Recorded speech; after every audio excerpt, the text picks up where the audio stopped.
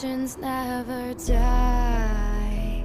When the world is calling you, can you hear them screaming out your name?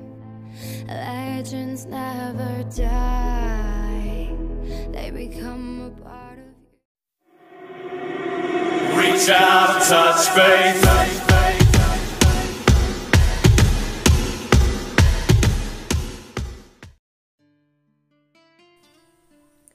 Sumire और Mitsuo के भी photo था। फिर Sumire के आंखों के सामने वो भी सब सीन रिप्ले होता है जो इन्फिनिटी वार में होता है, एंड गेम में होता है। बहुत जल्दी जल्दी कैसे क्या हो जाता है, किसी को कुछ पता ही नहीं चलता है। एक पल के अंदर ही सब कुछ चेंज हो जाता है। फिर सुमिरे के आंखों के सामने अंधेरा ही अंधेरा।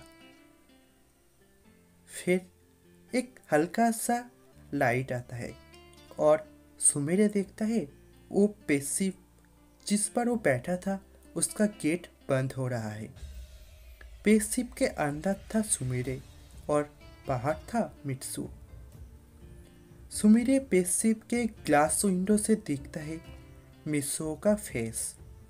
मित्सुओ उसकी तरफ देखकर मुस्कुरा रहा था, लेकिन मित्सुओ के उस मुस्कान के पीछे था एक बहुत ही गहरा दर्द, जो था अपना प्यार को खोना का दर्द, अपने सुमिरे का खोने का दर्द। धीरे धीरे सुमिरे के आंखों से मित्सुओ ढूंढना हो जाता है। स्पेसशिप डार्क प्लैनेट के सतह छोड़ के बाहर चला गया था। सुमिरे बस चुपचाप बैठा ही था और विंडो के बाहर देख रहा था। किसी से कुछ बात भी नहीं कर रहा था। स्पेसशिप के अंदर बहुत सन्नाटा था। सभी उदास था मित्सुओ को लेकर। कुछ ही घंटे के अंदर स्पेसशिप अर्थ पर लैंड कर गया था। अर्थ पर सब कुछ नॉर्मल हो गया था। सभी लोग, मतलब जो सभी लोग डेमोन बन चुका था, वो वापस से नॉर्मल इंसान बन चुका था। सब कुछ नॉर्मल हो गया था। अर्थ पर स्पेसशिप लैंड करते हैं। सभी एक के बाद एक स्पेसशिप के बाहर आता है। सबसे आखिर में मिस सुमिरे बाहर आता है और अर्थ पर अपना पैर रखता है। पायान, बूबी, इचिरो अपना अपना घर चला जाता है। जियान, सुनियो और सुजुका भी अपना अपना घर चला जाता है। बस रुका तो था वहाँ पर सुमिरे, नोबिता और डोरेमोन। तीनों एक साथ वहाँ पर खड़ा रहता है। कुछ देर बाद नोबिता बोलता है, चलिए मिस सुमिरे, आपको हम दोनों घर तक छोड़ देते हैं। सुमिरे बोलता है, नहीं नहीं, तुम दोनों भी अपना घर चला जाओ, मैं अकेला ही चला जाऊंगा। नोबिता बोलता है, ठीक है। सुमिरे नोबिता की तरफ थोड़ा सा मुस्कुराता है। फिर सुमिरे अपने घर की तरफ जाने लगता है और नोबिता डोरेमोन भी अपने घर की तरफ जाने लगता है। सुमिरे धीरे धीरे जा रहा था घर की तरफ। उसको बहुत अकेला महसूस हो रहा था। सुमिरे तो कभी ये सोच भी नहीं सकता है कि उसका जिंदगी मित्सुओ के बिना कटेगा। सुमिरे पहले ही अपने घर नहीं जाता है, सुमिरे मित्सुओ का घर जाता है। सुमिरे दूर से ही मित्सुओ के रूम के बैल्कनी को देखता है, जहाँ से वो मित्सुओ के घर के अंदर जाता था, और कितना ज़्यादा मेमोरी है उसके साथ वहाँ पर। सुमिरे अपना मुंह पर एक कपड़ा ढक लिया था क्योंकि उसे कोई पहचान ना पाए। सुमिरे देखता है मित्सुओ के घर से एक बड़ा लड़की बाहर आ रहा है कहीं पर जाने के लिए। वो था गांको। गांको बहुत बड़ा हो गया था। सुमिरे पहचान लेता है वो गांको है। सुमिरे गांको को पीछे से बुलाता है, गांको, गांको रुक जाओ। गांको एक आवाज़ सुनकर कि कोई उसे पीछे से बुला रहा है तो वो गांको रुक जाता है और गांको सुमिरे के तरफ आता है। गांको सुमिरे को पहचान नहीं पाता है क्योंकि सुमिरे तो अपने मुंह पर एक कपड़ा ढक कर रखा था। सुमिरे बोलता है, मिस्सो कहाँ पर है? गांको अपना मुंह नीचे कर कर बोलता है, आप 1 साल लेट हो गए हो। मित्सो और इस दुनिया पर नहीं रहा। 1 साल हो गया है, मित्सो हमें छोड़कर चला गया है। सुमिरे ये बात सुनकर बोलता है, कहाँ पर गया है मित्सो?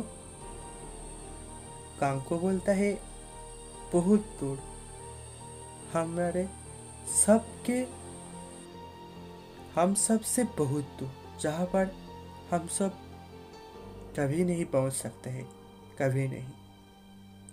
सुमिरे को समझ में आता है कि मित्सो अब इस दुनिया पर नहीं रहा, मतलब इन लोगों के लिए नहीं रहा। सुमिरे बोलता है, मैं समझ सकता हूँ तुम क्या बोलना चाहते हो। कांको बोलता है, ऐसा आप कौन हो? आपको तो मैंने पहले कभी नहीं देखा। सुमिरे बोलता है, मैं उसका एक खास दोस्त था। कांको बोलते हैं, लेकिन आपका नेम क्या है? सुमिरे कुछ नहीं बोलता है और अपने घर पर चला जाता है। सुमिरे अपने घर पर जाकर सोफे पर बैठा था। सुमिरे के आंखों से सिर्फ आंसू ही आ रहा था। सुमिरे बहुत ज़्यादा उदास था और रो भी रहा था। सुमिरे अपने लॉकेट को पकड़ कर ही बैठा रहता है और वहाँ पर ही सो जाता है। जब उसके आँख खुलता है, वो देखते ही रात हो गया है।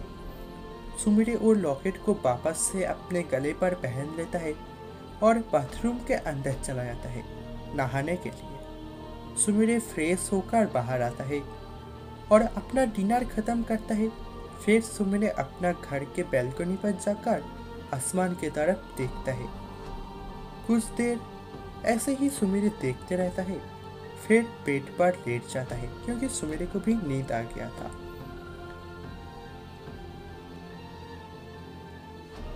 सुमिरे बेड पर लेटकर मित्सो के लिए एक इमेजिनरी किस करता है। सुमिरे अपने पेट में हाथ रखकर अपने बेटे को गुड नाइट बोलता है और कुछ देर बाद सुमिरे सो जाता है। दूसरे दिन का सुबह होता है। सुमिरे अपना डेली काम करता है। सुमिरे परमैन के ड्यूटी से भी रिजाइन दे दिया था। अब 8 पर परमैन था, पायान, बुबी और इजीरो। तीनों परमैन ही अच्छे से परमैन की जिम्मेदारी निभा रहा था। सुमिरे को अब ज़्यादा काम करना नहीं पड़ता था क्योंकि वो परमैन के ड्यूटी छोड़ दिया था और ज़्यादातर फिल्म और ना ही बोल देता था।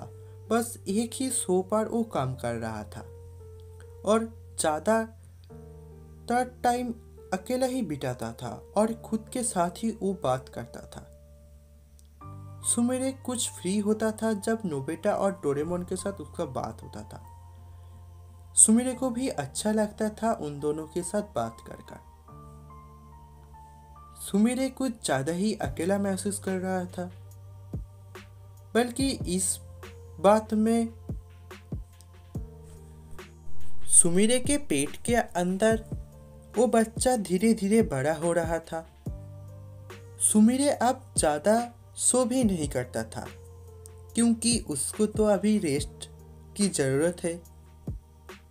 सुमिरे अपने ज़्यादातर टाइम अपने रूम पर ही मित्सो के फोटो के साथ ही गुजार देता था। सुमिरे जितना हो सके उतना खुश रहने की कोशिश कर रहा था, वो भी सिर्फ बेबी के लिए।